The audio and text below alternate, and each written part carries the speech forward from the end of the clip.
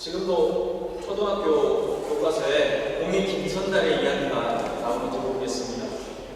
소설에는 김인홍이라는 이름이 나오긴 하지만 닭을 전설의 동물이라고 속여서 공이라는 호를 사용하는 김씨성을 가진 선달이라는 사람의 이야기입니다. 조선시대에는 오늘날의 공무원 시험과 같이 일단 시험에 합격하고 나서 아직 관직에 임명되기 전에 산 그런 사람들에게는 선달이라는 호칭을 붙였다라고 합니다. 이 이야기, 공이 김선달의 이야기 중에 한 번은 서울의 사기들을 데리고 와서 상양의 대동방구를 돈을 받고 팔았던 이야기일 것입니다. 이 이야기를 하면서 선생님께서, 그 이야기를 해주셨던 선생님께서 앞으로 공이 김선달 같은 사람들이 나타나서 돈을 주고 물을 사도록 사기를 칠지 모르니까 정신을 바짝 차리고 살아야 한다라고 말씀해 주셨습니다. 물론 당시에도 집까지 수도가 연결이 되어 있어서 세금을 내고 물을 사용하기는 했습니다. 그렇지만 지금의 우리처럼 마트에서 물을 사서 먹는 일은 그때 당시에는 상상조차 할 수가 없었습니다. 하지만 지금은 당연하게 돈을 지불하고 물을 사서 먹고 있습니다. 우리가 사는 이 지구에는 약 71%가 물로 이루어졌다고 합니다. 이렇게 많은 물이 있는데 비싸게 사고 파는 것은 정당하지 않다고 생각할 수가 있습니다. 그렇지만 모든 물의 97% 정도가 바닷물이라고 합니다. 그리고 식수나 또 우리가 유용하게 사용할 수 있는 용도로 쓸 수가 없는 그런 물이 97%나 된답니다. 남은 3%만이 우리가 먹고 활용할 수 있는 물의 양입니다.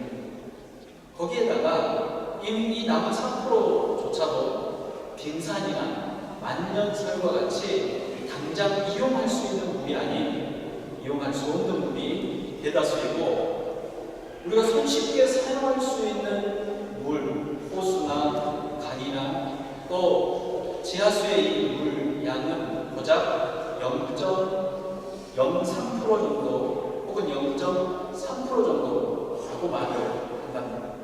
그래서 1%가 되지 않는 이 양의 물을 우리가 사용한다는 것입니다. 이처럼 소중한 물을 아껴야 하는 이유가 또 한 가지가 있습니다. 그래서 우리 몸이 70% 정도가 물로 구성되어져 있다는 사실입니다. 그런데 이 70% 정도 되는 물 중에 1%에서 약 3% 정도가 부족하면 우리는 갈증을 느낍니다. 물을 원하고 물을 먹어야 합니다. 그런데 이 50% 이상, 5% 이상의 물이 부족하게 되면 우리 몸의 기능들이 하나씩 정지하기 시작합니다. 그리고 12%가 넘으면 사람은 죽게 된다는 것입니다. 이처럼 우리의 삶에, 우리의 생명에 소중한 물, 그리고 우리가 사용할 수 있는 양이 고작 0.3% 정도밖에 안 되는 이 중요한 물을 잘 보존하는 것은 우리의 생명을 지키기 위함뿐만 아니라 만물을 지키고 다스리라고 하신 하나님의 명령이기도 합니다. 성경에는 이와 같이 소중한 물이 종종 중요한 의미를 담고 사용되어지곤 합니다. 특히 요한은 예수님이 누구신지를 드러내기 위해서 물을 사용합니다. 요한복음에는 기록되어진 물로 포도주를 만드셨던 장면이 가장 먼저 기록되어진 예수님의 표적이라는 사실을 보면 얼마나 중요한 의미를 담고 있는지 알 수가 있습니다. 오늘 본문의 예수님과 사마리아 여인과의 대화 속에도 그 소재가 물이었습니다. 예수님께서 예루살렘 인근에서 갈릴리 방향으로 가시기 위해서 사마리아 지역을 가고 계십니다. 갈릴리를 가기 위해서 가장 빠른 길이 사마리아를 가로지르는 것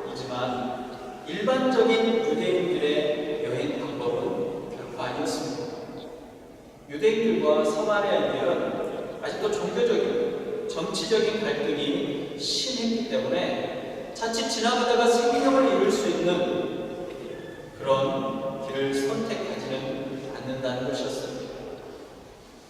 그리고 예수님께서는 조금 전까지만 해도 세례를 주시기 위해서 요단에 머물러 계셨습니다.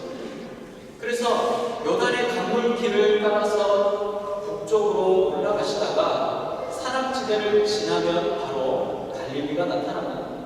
보편적으로 예루살렘에서 갈릴리로 가게 된다면 그 길들을 선택해서 가게 되죠. 예수님께서는 오늘 반나절 거리를 이동하셔서 이제 저녁쯤 되는 시간에 이 여인이 있는 곳에 도착하셨습니다. 그것은 사람들이 야곱의 우물이라고 불렀습니다.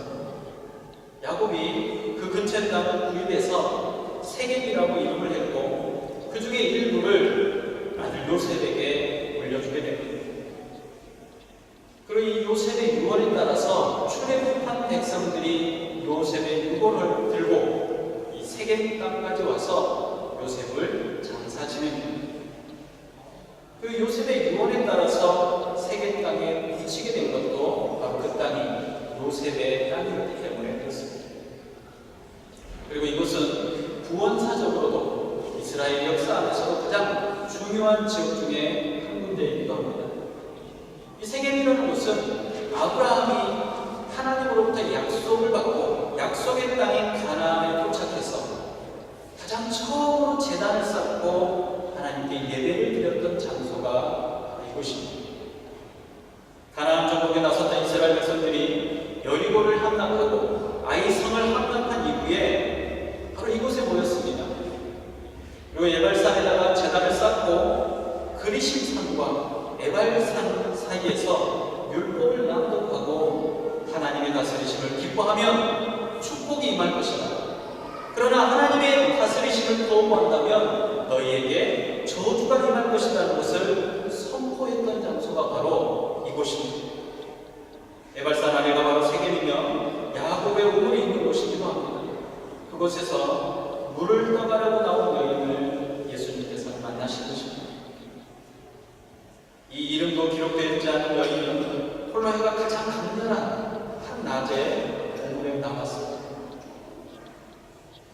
요즘은 시골에 가도 우물을 발견하기가 우물을 사용하는 곳을 보기가 어렵습니다.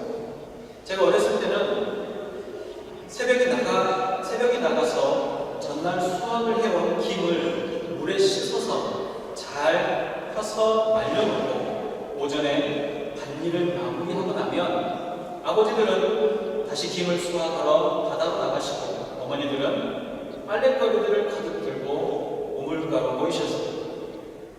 방망이로 빨래를 내리치는 소리와 함께 온 동네의 어머니들의 수다 소리가 가득했습니다. 지금 생각해보면 이 우물가는 어머니들의 피난처이기도 했고 휴식처이기도 했던 장소였던 것 같습니다. 해야 할 빨래를 하시면서도 서로 힘든 이야기, 서로 어려운 이야기, 또 이런저런 이야기들을 하면서 소통하고 풀어내는 장소였습니다. 답답하고 힘든 시집살이며 때론 남편들을 흉을보거나 아니면 상스러운 이야기로 그들의 스트레스를 해소하는 그런 곳이었습니다. 그곳이 바로 우물가였습니다. 야곱의 우물 또한 그런 곳이었을 것이라고 생각이 되었습니다. 덥지 않은 오전이라고 늦게 가족들이 사용할 물을 담아오기 위해서 우물을 찾았을 것입니다. 가축들도 오전에 이동하면서 잠시 머물러 물을 먹고 다시 돌아오는 길에 물을 먹을 수 있었을 것입니다. 당시 문화는 물을 길어오는 이 일들은 여인들의 일이었기 때문에 자연스럽게 우리네 동네의 우물처럼 여인들의 소통의 휴식의 장소였습니다. 여기에 유대인들의 우물은 좀 더 특별한 의미를 담습니다. 이삭이 그의 아내 리브가를 만날 수 있었던 곳이 바로 이 우물가였습니다. 위대한 선지자라고 말하는 모세가 그의 아내를 만나기 위해 갔던 곳, 만날 수 있었던 곳도 바로 우물 그저 물이 나오는 것, 그것 이상의 의미를 우물은 아마 담고 있었던 것이 분명합니다. 그런데 이 여인은 지금 홀로 우물에 와 있습니다. 그것도 일반적으로 물을 깃는 시간에 나온 것이 아닙니다. 저호에 나타났습니다. 물을 길러놓은 다른 이들을 피하기 위해서 그랬던 것입니다. 그녀는 자신의 공동체로부터 소외된 사람이었습니다. 그리고 그 불편한 만남들로부터 자기 자신을 보호하기 위해서 스스로 고립을 선택했던 것입니다. 예수님께서 사마리아 여인에게 물을 좀 달라고 하십니다. 그러자 그 여인은 서로 원수지간인 사마리아 사람에게 말을 건 것이냐? 라고 퉁명스럽게 거절합니다. 유대인과 사마리아 사이에는 그렇게 좋은 관계가 아니었습니다. 예수님께서 지나가시던 사마리아는 오래전 북이스라엘의 땅이었습니다. 북이스라엘이 아수르에 멸망되면서 자신들의 땅에서 쫓겨나고 아수르로 포로로 끌려가게 됩니다. 남은 사람들은 다른 지역에 살던 사람들을 강제로 이주시켜서 그들과 결혼하고 그들의 혈통이 섞이도록 했습니다. 혈통을 중요시 여겼던 이스라엘 백성들에게 혈통을 통한 정체성은 이제 의미가 없게 되어버린 것입니다. 남유다가 페르시아가 바벨론을 무너뜨리고 난 이후에 포로로 끌려갔던 유대인들이 예루살렘으로 돌아와서 성전을 재건하려고 합니다. 그때 사마리아 지역에 살던 사람들이 함께 돕겠다고 찾아오지만 이런 제안에 거절됩니다. 사마리아 사람들은 아수르에 멸망당하기 이전부터 많은 우상들을 섬겼고 그들은 거룩함을 이미 상실한 사람들이었기 때문에, 그리고 지금 그들은 이방인들과 섞여서 혈통으로서의 정통성도 갖고 있지 않기 때문에 그들은 그 공동체 안으로 받아들여지지 못했습니다. 양심을 품은 사마리아인들이 성전 재건을 방해하고 자신들의 성전을 그리심산에 세웁니다. 그리심산의 사마리아 성전은 이 이후에 유대인들에 의해서 처참하게 무너지고 파괴가 되어지지만, 그러나 예수님이 사마리아 여인을 만날 때까지 사마리아 사람들은 그리심산에서 예배를 계속해서 드려왔습니다. 그렇다 보니까 사마리아인들과 유대인들은 서로 앙숙과도 같은, 원수지간과도 같은 좋지 않은 관계에 있었습니다.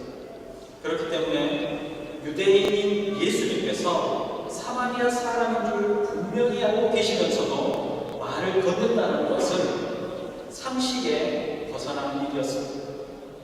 또한 당시 문화로는 사마리아인이든지 유대인이든지 공공장소에서 남자가 여자에게 말을 걸지 않습니다. 거기에다 예수님은 랍비, 가르치는 자, 선생님이셨습니다. 이에 예수님께서는 이렇게 말씀하십니다.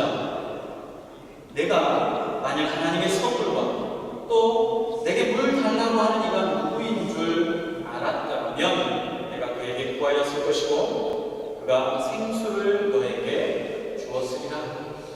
요한복음 4장 10절에 이렇게 말합니다. 사마리아 여인은 예수님을 단순히 유대인 남자로 바라봤습니다. 그렇기 때문에 문화적으로나 역사적으로 자신과 대화할 수 없는 상대라는 의미를 담고 예수님을 거절했던 것입니다. 이에 대한 예수님의 대답은 문화와 역사를 초월한 사람이 나 아니다라는 것을 드러내면서 말씀하십니다. 너에게 물을 달라고 하는 내가 누구인지 알았더라면 나에게 이렇게 대하지 않았을 것이다. 오히려 나에게 생수를 주냈을 것이다 라고 말씀하신 것입니다. 그러자 이렇게 말합니다.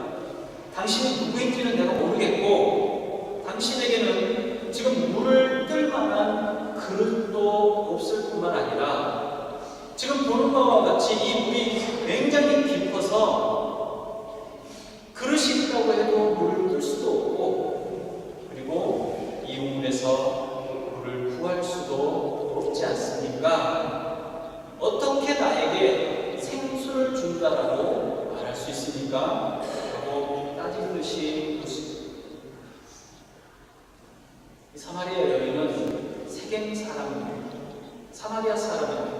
이 지역에 대해서 누구보다도 잘 알고 있는 사람이죠. 어느 곳에 가야 물이 있고 어느 곳에 가야 풀이 있는지 아는 것입니다. 세겜에는 강이나 시내가 없다는 사실을 그 지역에 사는 모든 사람들은 알고 있었습니다. 야곱도 자신의 가축들에게 물을 먹이기 위해서 이곳에서 우물을 파야만 했습니다. 그런데 지금 이 유대인 남자는 자신이 생수를 줄 수 있다라고 말하고 있는 것입니다. 생수는 지금 이 여인이 뚫어온 우물에서 나오는 우물물이 아닙니다. 생수는 솟아나는 물입니다. 생수는 흐르는 물입니다. 사방 어느 곳에서도 물줄기가 없는 이 세겜에 생수라는 것은 존재하지 않는 아주 귀한 물입니다. 그런 생수를 줄 수 있다고 하니 도저히 이해할 수 없었을 것입니다. 그리고 이 우물로 말하자면 세겜 사람들의 자존심입니다. 자신들의 조상 야곱이 후손들을 위해서 준 것으로 대를 이어서 지금껏 이 우물을 통해서 삶을 유지해 왔는데 이보다 더 귀한 물, 우물물보다 더 귀한 생수를 준다고 하니 당신이 야곱보다 위대한 사람입니까? 라고 묻는 것입니다. 야곱의 우물물보다 더 좋은 물이 어디 있으며 야곱보다 더 위대한 분이 어디 있겠냐는 것이죠. 그래서 예수님께서 이렇게 말씀하십니다. 이 물을 마시는 자마다 다시 목마르려 내가 주는 물을 마시는 자는 영원히 목마르지 아니하니 내가 주는 물은 그 속에서 영생하도록 솟아나는 샘물이 되리라. 야곱의 우물은 오랜 시간 그들의 생명을 유지하며 사막의 위로가 되었습니다. 우물은 생명을 유지하기 위해서 내가 찾아 헤매거나 반드시 파야만 얻을 수 있는 것입니다. 아무리 좋은 우물을 파서 마음껏 사용할 수 있다고 할지라도 그 우물을 영원히 내가 소유할 수 있다는 것도 아닙니다. 생존에 있는 동안 잠시 사용하다가 그 다음 사람들이 이용할 수 있도록 놓고 사라지는 것입니다. 결정적으로 우리의 우물은 끝없는 갈증으로 다시 찾아와야만 한다는 사실입니다. 그런데 예수님께서는 이러한 우물에서 얻을 수 있는 야곱의 우물에서 얻을 수 있는 그런 물이 아니라 전혀 다른 신비한 물을 주시겠다고 말합니다. 예수님께서 주시는 물은 먹고 돌아서면 또 갈증이 나는 물이 아니라 한 번 마시면 다시는 갈증이 일어나지 않는 그런 물이라는 것입니다. 이 물을 마시는 사람은 이제 영원히 목마르지 아니하는 것이라고 말씀하십니다. 이 말에 사마리아 여인이 이렇게 말합니다. 그런 물이 있다면 나에게 좀 주십시오. 당신이 그 물을 내게 주시면 내가 다시는 목마르지도 않을 것이며 물을 기르러 이곳에 오지도 않아도 된다는 것입니다. 이 여인은 아무도 동행하는 사람이 없이 홀로 가장 더운 시간에 사람들의 시선을 피해서 우물에 와야만 했습니다. 그녀에게는 해결할 수 없는 갈증이 있었습니다. 그 갈증은 우리 모두에게도 동일하게 존재하는 갈증입니다. 이 사마리아 여인의 갈증과 이 땅에 사는 모든 사람들의 갈증은 하나님과의 관계가 깨어져 버렸기 때문입니다. 하나님과의 관계가 깨어져 버린 인간은 하나님께로부터 공급받아왔던 은혜를 채우기 위해서 끊임없이 자신만의 우물을 파고 있는 것입니다. 하나님의 동행하심을 누릴 수 없기 때문에 늘 외롭고 고통스럽습니다. 그 외로움을 채우기 위해서 여인은 당시 문화가 허용한 최대치인 3명의 남편과 결혼 생활을 했습니다. 그런데 만족할 수 없어서 그 3명보다 많은 6명의 사람과 함께 하고 있는 것입니다. 더 많은 남편을 통해서 갈증을 해결할 수 있을 것 같다라고 생각했을 수도 있습니다. 그러나 갈증이 해결되지 않았을 뿐만 아니라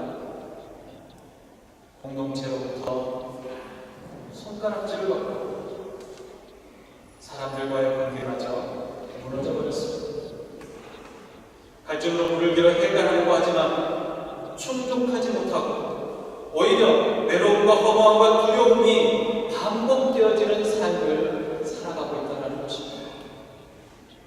정도의 차이는 있지만 이 사마리아 여인이 겪고 있는 이 갈증이 이 땅에 생명 있는 모든 인류에게도 있다는 사실입니다. 예수님께서는 이 여인의 조상인 야곱보다 크시며 그 조상 아브라함보다 먼저 계셨던 분이십니다. 예수님께서 말씀하신 이 생수, 영원히 목마르지 아니하며 영생하도록 생수는 이 생수는 우리의 갈증을 완전히 해결할 수 있는 생수입니다. 그러나 사마리아 여인은 이해할 수 없었습니다. 그런 분이 있다면 나도 좀 주십시오라고 했던 것은 이제 남의 돈을 피해서 힘들게 물을 길르러 올 필요가 없을 것이라는 생각인 것입니다. 그런데 그녀의 그런 생각은 육체적인 필요뿐만 아니라 영적인 필요도 그 안에 담겨 있다는 것을 의미합니다. 우리 모두는 예수님께서 주시는 생수가 필요합니다. 마시면 영원히 목마르지 않는 생수, 그 속에서 영생하도록 솟아나는 생물이 우리 모두에게 필요합니다. 예수님께서는 당신이 그 생수를 주실 수 있는 분이심을 분명하게 선포하신 것입니다. 이 사실을 알았다면 부활하고 말씀하십니다. 예수님의 생수는 우리가 찾아 헤맨다고 찾을 수 있는 것이 아닙니다. 솟구쳐 흘러 이미 그 생수가 우리를 찾아오신 것입니다. 이후의 말씀들을 보시면 알겠지만 이 사마리아 여인에게 예수님께서는 남편을 데려오라고 말씀하시며 숨겨진 어둠을 찌르셨습니다. 그런데 그 여인은 예수님의 공격에 도망가거나 숨지 않고 정오의 빛 가운데 머물기로 작정합니다. 오늘 이 생명의 빛이 되시고 영생하시는 생수가 되시는 예수님께서 저와 여러분들을 찾아오셨습니다. 우리의 문제 가운데 찾아오신 주님은 본질적인 문제는 삶의 문제가 아니라 하나님이 없는 것이라고 말씀하고 계시는 것입니다. 와서 보라라고 하면 자신의 수치를 향해서, 자신을 멸시하는 사람들을 향해서 달려갔던 여인을 통해서 많은 사마리아인들이 예수를 믿었다라고 성경은 증언합니다. 충만케 하시는 성령님께서 저와 여러분 모두에게 예수님이 누구신지 깨닫게 하시고 빛 가운데 남아있기를 선택하게 하시고 와서 보라며 내가 만난 메시아를 전할 수 있기를 주님의 이름으로 축복합니다. 기도하겠습니다. 주님, 우리는 모두가 하나님을 잃어버린, 하나님과의 관계가 깨어져 버린, 본질적으로 외롭고 고통스럽고 슬픈 인생들입니다.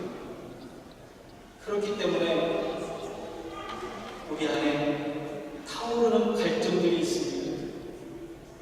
그 타오르는 갈증들을 우리 주님 해결하시겠다라고 말씀하시고 그 십자가의 보혈을 흘리심으로 우리의 갈증을 해결하셨습니다. 이제 우리는 그동안 잃어버렸던 하나님과의 관계가 회복되어졌으며 우리는 그동안 채울 수 없었던 하나님의 은혜를, 누릴 수 없었던 하나님의 은혜를 받게 되었습니다. 사마리아 여인에게 네가 이 사실을 알았더라면 내게 생수를 구했으리라고 말씀하셨던 것처럼 오늘 우리에게도 이 사실을 알고 있느냐, 알았다면 나에게 생수를 구하라고 하시는 주님의 음성이 우리의 마음을 울리게 하여 주시옵시고 우리의 생각을 지배하게 하여 주시옵시고 우리의 마음을 움직이게 하여 주시사 주님 주시는 생수를 알아가시게 하여 주시옵소서. 영원히 목마르지 않는 생물이 영원토록 갈증을 해소시켜 줄 수 있는 우리 가슴에 샘솟는 생수가 우리 안에 있도록 하여 주시옵소서. 성령님, 우리 안에 충만케 하여 주시사 그 세상이 말하는 갈증들이 더 이상 우리의 갈증이 아님을 선포하며 와서 보라, 내게 영원히 목마르지 않는 생수를 주신 메시아를 내가 만난다라고 세상에 증거하는 이들이 다 될 수 있도록 주님 허락하여 주시옵소서. 정오의 밝은 빛 가운데 머물기로 결단한 사마리아의 여인처럼 오늘 결단하는 주의 백성들 안에 은혜로 허락하여 주시옵소서. 성령님이 주시며 다시 오시마 약속하시는 우리 주 예수님의 이름으로